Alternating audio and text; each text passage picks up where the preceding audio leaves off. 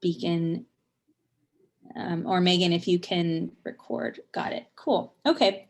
I'm going to start sharing my screen, and I encourage folks to post in the chat if you have any questions as we go along. Again, my name's Amber Caldwell. I'm actually representing a much larger group, which is represented by all these logos here on the slide. So the Montana VOAD, which stands for Volunteer Organizations Active in Disasters, established a child care subcommittee pretty early on in the pandemic to address the statewide child care needs and coordinate the response efforts. The subcommittee included representatives from various nonprofits, volunteers, community, and private sector organizations. And a statewide survey was designed by this collective to profile the needs of families, child care providers, businesses, and schools in an effort to identify areas of needs and how to guide subcommittee efforts, particularly when it came to distribution of relief funds. The survey that we built out is known as ENHANCE, which stands for Essential Child Care Needs, COVID and Beyond. And it highlights the complexity of the cascading effects related to childcare needs as we rebuild the economy. So once schools closed due to COVID-19, there was a ripple effect across families, providers, businesses, and schools. At the very front of the ripple, there was just an immediate need for care and not enough childcare facilities open. And at the far end of the ripple, you have the economy affected with unemployment rates increased and the destabilization of the business sector. So the actual report is posted on a website, which is enhancemt.org. The data is interactive and it's presented in a scrolly telling sort of format. As you scroll down on the website, you engage with the content and the data sets, and you can drill down or drill up to get more insight into what we learned. Ultimately, the findings from these efforts highlighted what all of you as care providers and leaders in the field already know, that childcare in Montana is not affordable for most and it's not accessible to all. Childcare business owners and providers would benefit from increased support at the local, state, and also the national level. And ultimately, the childcare business model is broken. Quality care is unaffordable for families, and the childcare workforce wages are inadequate. The system would definitely benefit from integrated coordination and collaboration across businesses and schools. And currently it's taking a toll on our overall community and our state. So as we look at the impact COVID-19 had through the lens of childcare, there's sort of a roadmap that's laid out to respond and rebuild the state and overall the nation. So we can dive into what we learned from the survey. We had just under 3,000 total respondents. The majority of them were from families, followed by childcare providers, businesses, and schools. It's important to note that the survey was concentrated in more urban and populated regions of Montana, which was expected, and it's not evenly distributed across the 4 cohorts we surveyed, meaning there's more responses from parents and families than businesses and schools. We also augmented our survey with recent data that was being presented over the summer and into the fall from the BBER, which is the Business and Economic Research statewide program, and some economic surveys from the labor force. So a lot of what the professional childcare community knew was true even prior to the pandemic was reinforced by our survey results. But the level of vulnerability and how fragile our infrastructure was to respond to childcare needs was ultimately highlighted. The primary challenge is quality care was unaffordable for families, especially those of essential workers. Parents were faced with impossible choices to choose between the safety and well-being of their children, weighed against the financial stability of their family. And it'd be one thing if this was only a short-term sort of issue, but as we know, COVID sort of stayed around for much longer than I think anybody cared for. And so this has become a long-term instability for families, and it's been amplified by the economic recovery or lack thereof of the overall state. So according to our friends at the Economic Policy Institute, childcare is affordable if it's 7% of the annual income of a family. So even with a dual income family, childcare can become the single largest monthly expense for families. Even though it's more affordable in Montana, it's than other states, it's too expensive for many families. And so to put it in perspective, in Lewis and Clark County, the median family income is slightly over $60K. But a family with one infant and one toddler will spend 29% of their annual income on childcare. That's over 4 times the recommended affordability threshold. And so even prior to COVID, this was unattainable for some families, and with people's jobs at risk due to COVID, this just became more of an issue. And we saw that in our survey. The majority of our parents who responded, that was roughly 66%, were predominantly well-educated and the higher income spectrum, greater than 65K. So even with the higher income parents that responded to our survey, 33.68% of those parents reported they can no longer afford childcare. So again, this was the more affluent group of the state, but they still had issues affording childcare. That was double the rate prior to COVID. And that was for families relying on a single parent income or not as well paid income. That's even more of a burden. We know that recent census data shows there are roughly 20,000 single mother households in Montana, and of which about 22% of them have children under the age of 6. So it's disproportionately affected women's ability to return to work and the generational wealth of families, particularly those with 20% under the age of 6. That's a pretty good chunk of families at the moment.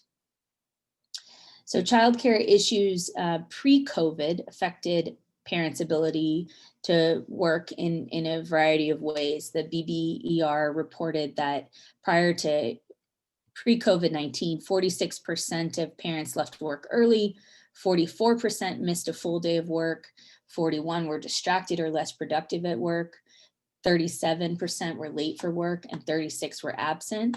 Again, that was all related to childcare work problems, even prior to the pandemic really spiking. So without having a stable childcare infrastructure to support families, especially essential workers, the economic resiliency of the state is pretty fragile. Not only that, it's costing the state a significant amount of money. The BBER report noted that the financial burden per household is roughly $5,700, and that's a statewide total burden of $145 million to households, and that was in 2019. So in addition to the financial stress we noted in the survey, the various mental health and social isolation stressors that families have experienced, their concern and discomfort with returning to in-person childcare, with over half reporting having low to moderate comfort with in-person childcare, and safety and sterility being their primary concern. I think this is being minimized by education efforts and communication from childcare providers being able to accommodate sterility concerns, as well as just a better understanding of how the virus is exposed and transmitted. Accessibility of childcare in light of COVID was really highlighted by two factors. There was an increased statewide volume of needing childcare, mainly related to the closure in schools and essential workers needing support. And that care extended beyond families with young children. It actually became a larger need because it affected all families with children, even those with teenagers, because of school closures. Parents had to figure out solutions immediately in order to be able to continue to work, and childcare providers had to respond immediately without really knowing where funding was going to come from, or how things were going to work. Childcare businesses, as you all know, were disproportionately vulnerable to this pandemic.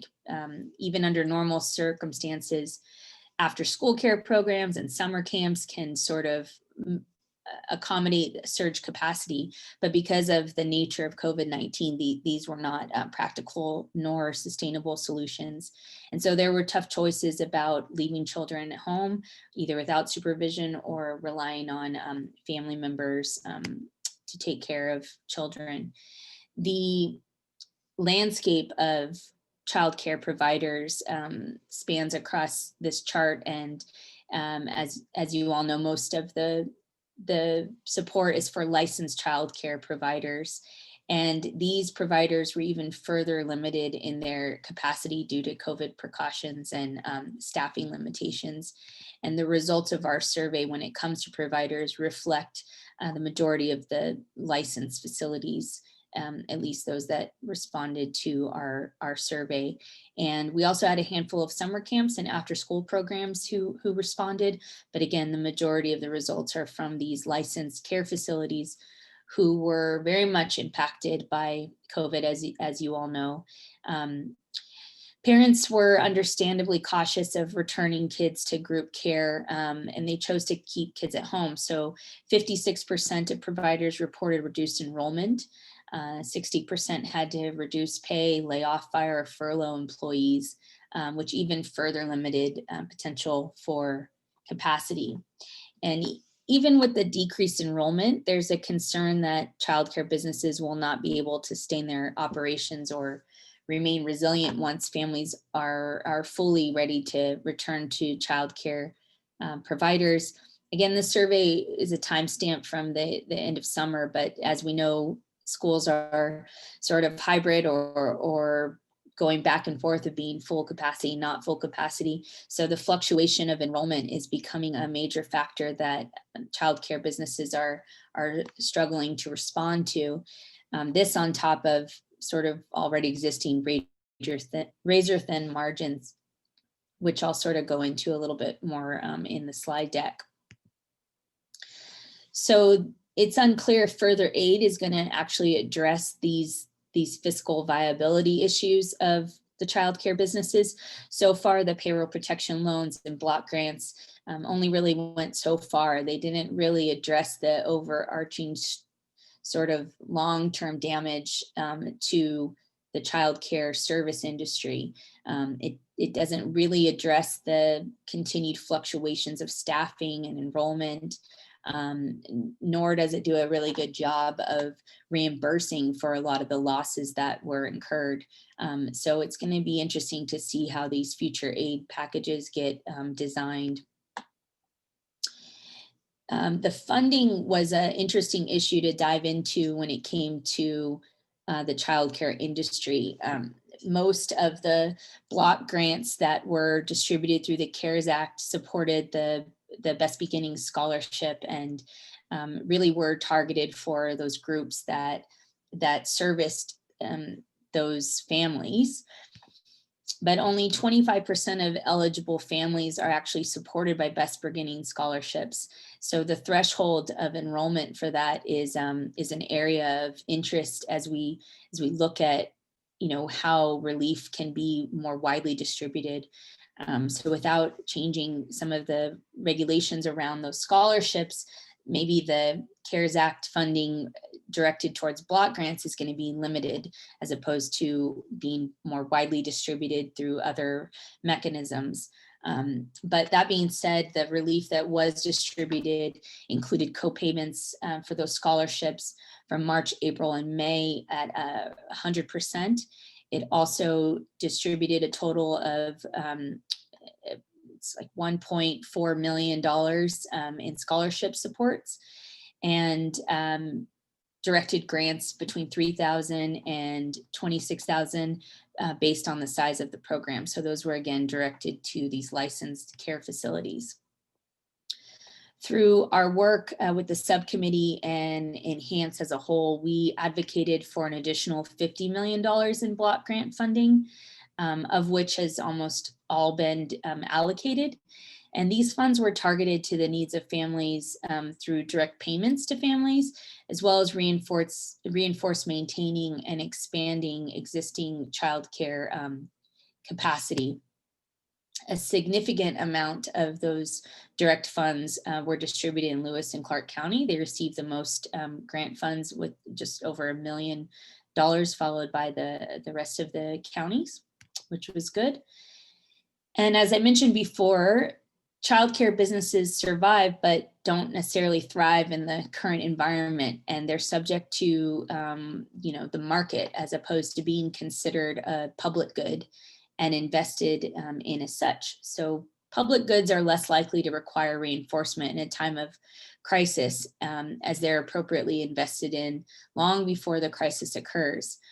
So if anything, COVID amplified the market failure of the childcare infrastructure across the state and really across the nation. And this is not meant to be a criticism to childcare leadership across the industry. It's simply applying these economic terms to this sector of our community.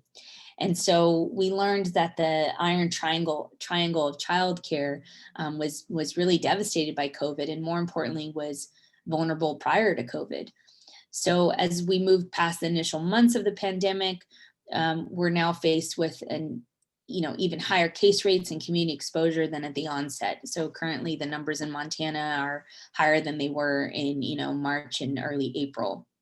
So this proves that the economic model child care providers are used to relying on is even further at risk. So initial aid relief, we know, was not enough. Future state of the industry is going to rely on this iron triangle concept to be reinforced either with long-term state support or, quite frankly, reimagining the economics of the industry.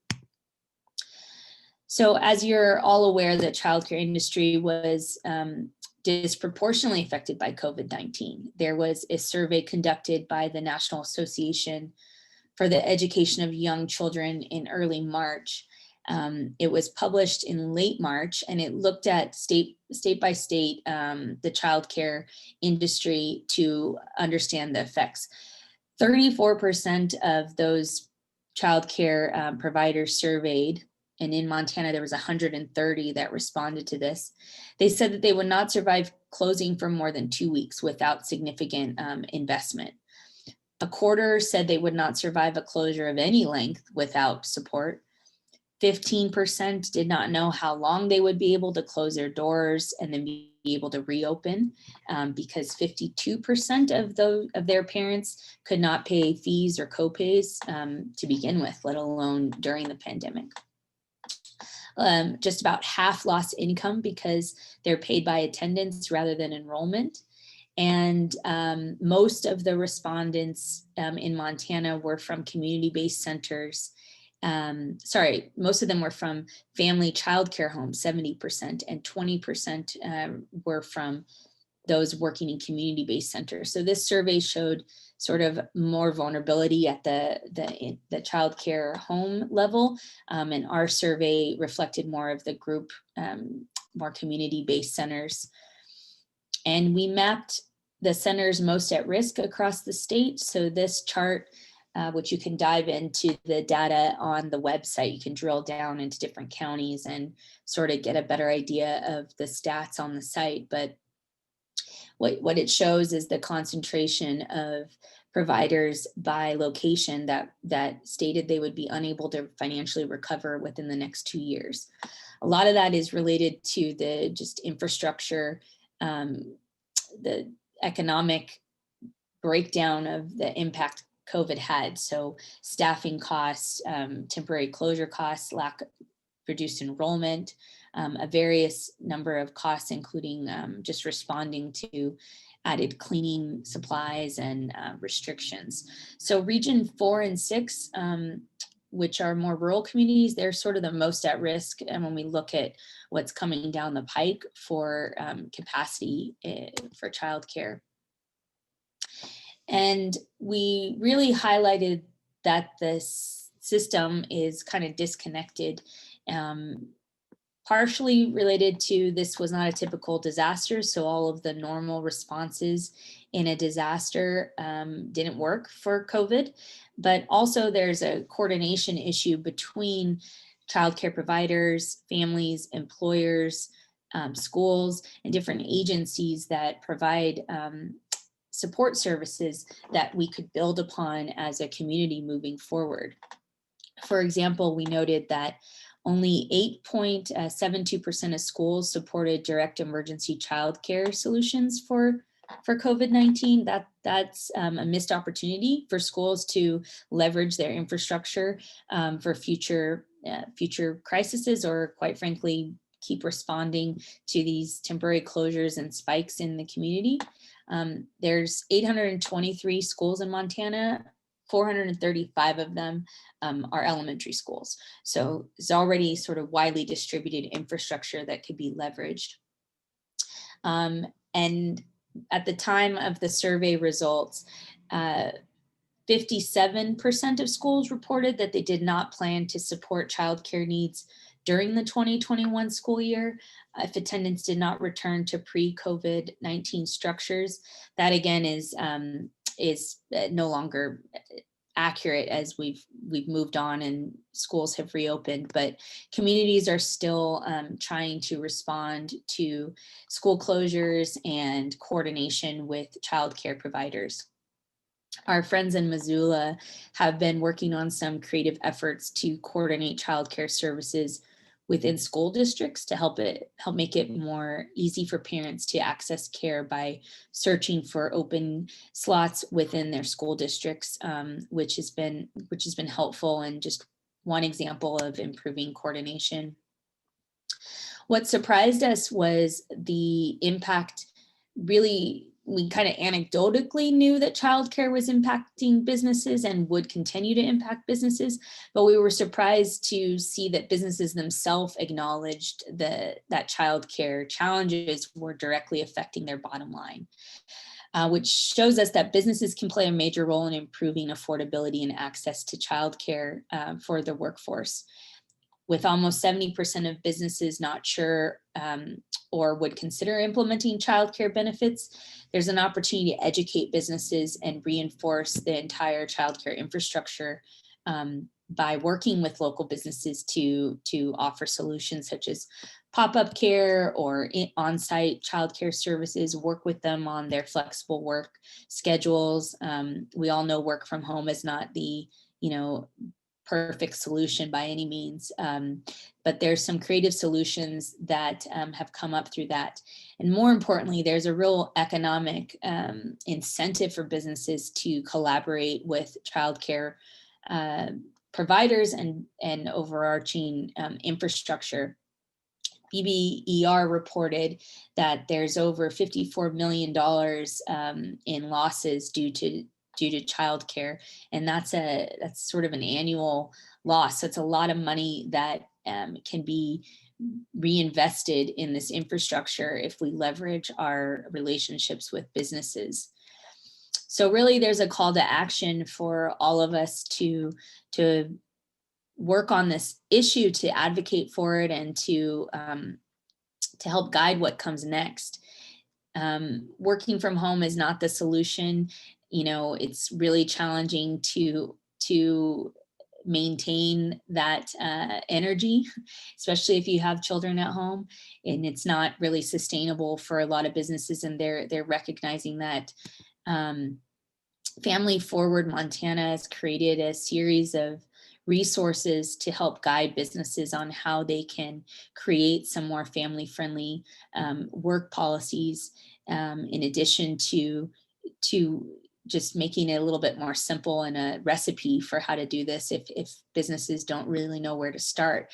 And the first step, is really understanding what your employees' needs are, which across the state of Montana is becoming more and more common as the state is trying to recruit more young families, and businesses recruit employers in Montana, or employees in Montana. So 62.5% of businesses reported childcare needs impacting their bottom line. Again, this has a big dollar amount. The top costs for businesses are going to be supplies. They're going to be reduced hours of operations and additional PTO and sick time related to COVID exposures. All of that is either supported or amplified by childcare resources. So it's really in the best interest of employers to be proactive in identifying childcare needs of their employees and be innovative in the approach. They can collaborate with community organizations and work with school districts to support co-op models, childcare partnerships, work family, more balanced work policies. Again, on-site childcare is pretty popular, yet not quite clear how it gets funded, as well as flexible scheduling arrangements, all sort of reinforce the community needs. So 67% of children under the age of 6 live in households where all adults are working. So without sort of more creative solutions, these children are the ones at risk of being the most vulnerable. I took out a lot of slides related to this, but the survey and the website goes into depth of adverse childhood events, which are directly related to what's happening with COVID, increased domestic violence, lost wages, deaths in the family, a significant illness. All of those things impact children at home, and we're seeing, we can predict those trends getting higher as this issue becomes less and less controlled. And so if that's of interest to you, there's a lot more information on that on the website. But investing in childcare really is investing in Montana. It's a system that needs to be, rather than on the brink of sort of a collapse, it needs to be reinforced. And this is something that historically has been undervalued, but right now is on the front burner. Everyone's talking about it. Everybody's aware of it.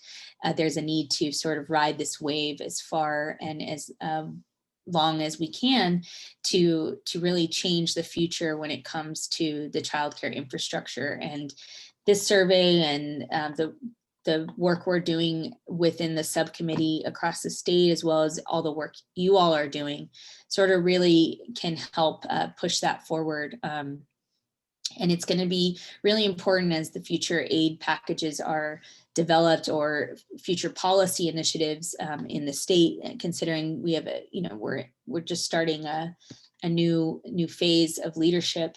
So investing in childcare really is a winning investment. We know from longstanding research that for every dollar spent on early childcare, an additional 61 cents is generated in new spending. So there's really no other investment that makes as much sense for Montana as a state and our businesses to invest in high quality care. So it's a 16 sort of to 1 ratio, which is pretty powerful. And I would like to acknowledge the superheroes that you guys all are. So, the women and men that have been advocates for childcare historically, and today, yesterday, and tomorrow, you guys are my personal heroes. I do not come from the world of childcare, but I've been really just in awe of the struggles that you guys have faced and all of the adversities you've overcome. And I really want to sort of give you a round of applause, virtual hugs, so to speak, for doing all that you do, because it really is tough work. And it's about time that everybody got acknowledged for it, in my opinion, my humble opinion. And so really, the next steps are, advocacy, increasing communication, and monitoring progress. We as a group with Enhance, we're invested in promoting advocacy. We've been writing letters to the state legislature, the new governor, leadership across the state as they engage with these new aid packages and advocate for that. We want to support communication across businesses, schools, childcare providers. A lot of the representation in that group already do that. That's part of their job, but we're going to be trying to create some innovative and more user-friendly resources that can be accessed on our website in sort of a central hub.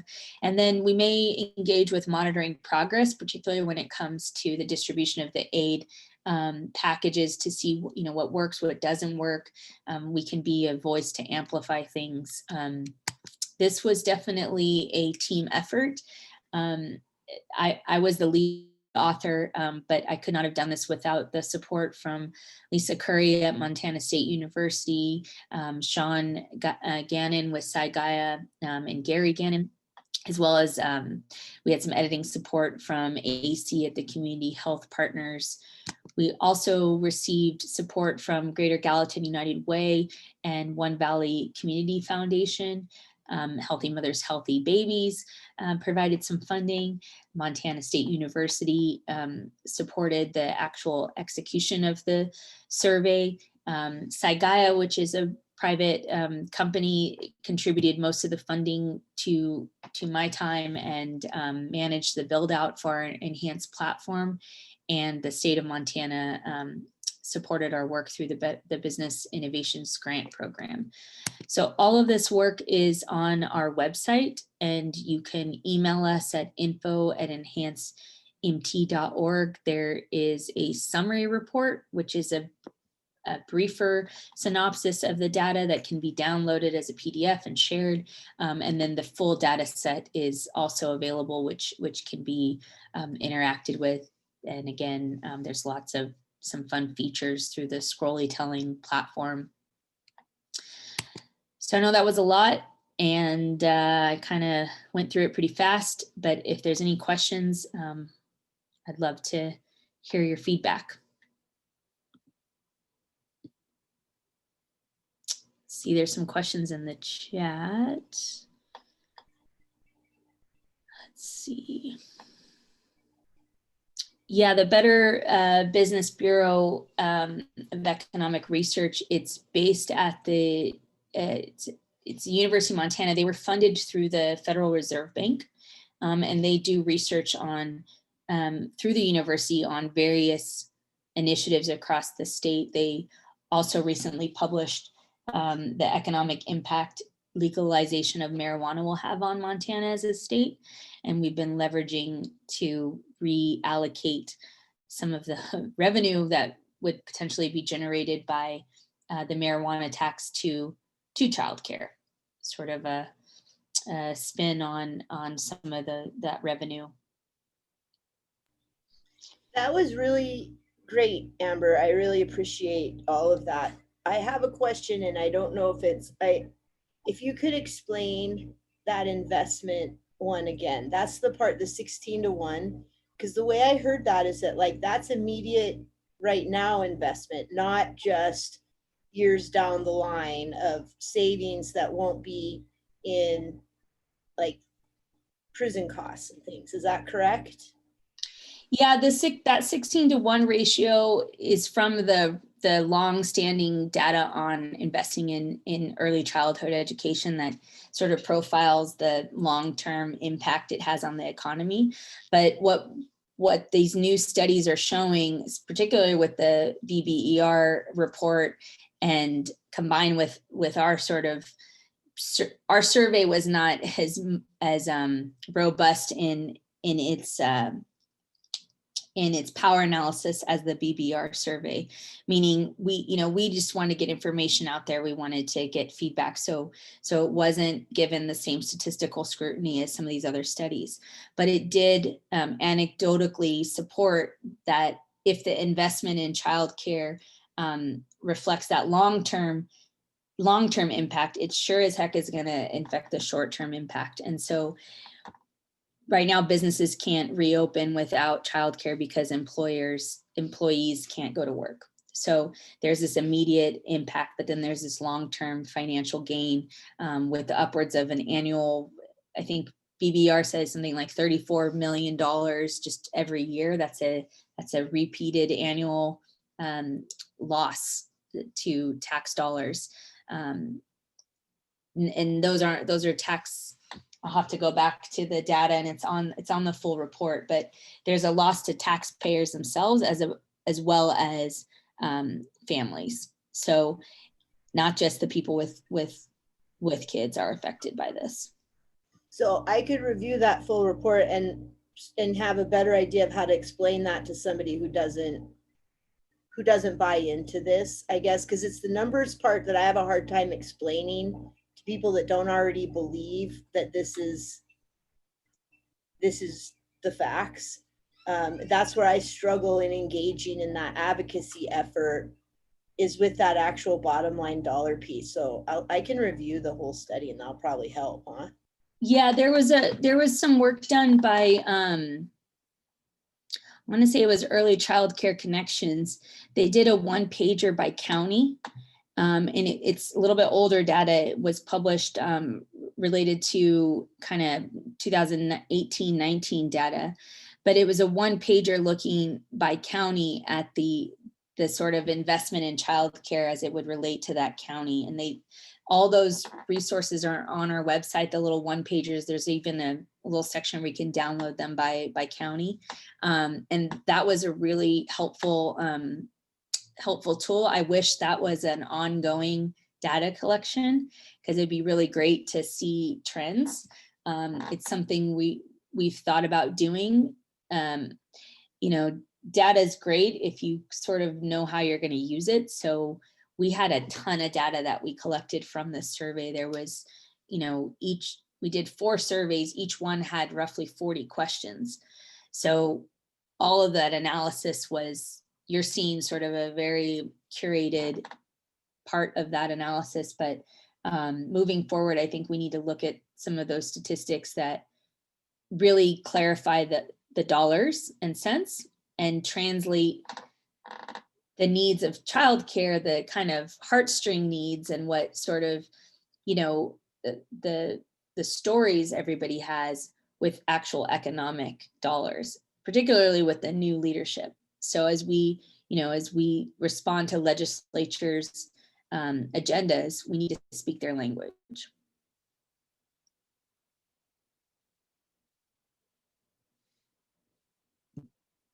Is there any other questions? I shared with Megan the slide deck with the speaker notes. So hopefully that helps as well. And feel free to distribute and share as much as you want. Everything on the website is pretty open source. So the references and links are all there. You can share, you can screenshot things, you can forward links, you can, it's meant to be distributed, not just shared in these sort of private groups. And I know that there was somebody representing the business association on this call, and that's sort of an interesting group. We lucked out with the businesses that responded through our network, but really kind of formally engaging with them is going to be a goal of ours moving forward as a statewide group. So we're active. We meet pretty much every week, and we're keeping up to speed on current state. We're trying to respond to needs, and we're going to be working on this issue for the foreseeable future. So as you guys come up with ideas or best practices, or any future needs you have, please leverage our collective, so we can amplify each other's voices.